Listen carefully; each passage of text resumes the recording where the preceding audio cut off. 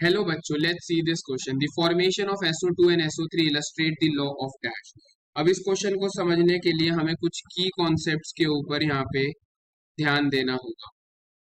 यहाँ पे जो की कॉन्सेप्ट हमारे पास लग रहा है वो है हमारा law of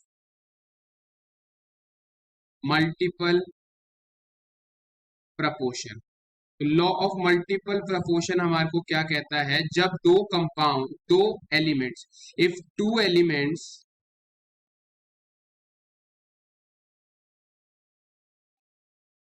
combine to form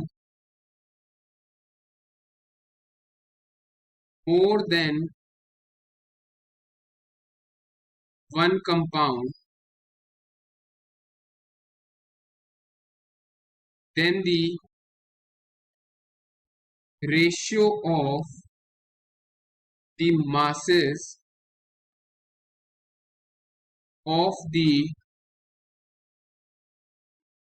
second element which combine with fixed mass of first element will always be a whole number। ठीक है जी। तो ये क्या कह रहा है? जब दो एलिमेंट मिलके तो एक से ज्यादा कंपाउंड बनाते हैं, then the ratio of the masses of second element का जो मास, जो कि फर्स्ट एलिमेंट के फिक्स्ड मास के साथ कंबाइन करेगा, will always be a whole number ratio. जैसे सल्फर जो है वो ऑक्सीजन के साथ कंबाइन करके SO2 भी बना रहा है, और सल्फर जो है वो ऑक्सीजन के साथ कंबाइन करके SO3 भी बना रहा है। तो यहाँ पे अगर हम देखते हैं तो सल्फर का मास जो है हमने दोनों केसेस में कितना लिया है? 32 gram of sulphur is taken. यानी एक एलिमेंट का मास हम क्या कर देते हैं? फिक्स कर देते हैं। इसके केस में हम क्या कर रहे हैं? 32 ग्राम ऑफ ऑक्सीजन के साथ रिएक्शन हो रहा है।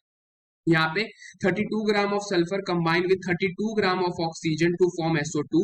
Hair 32 gram of sulphur is combining with 48 gram of oxygen to form SO3।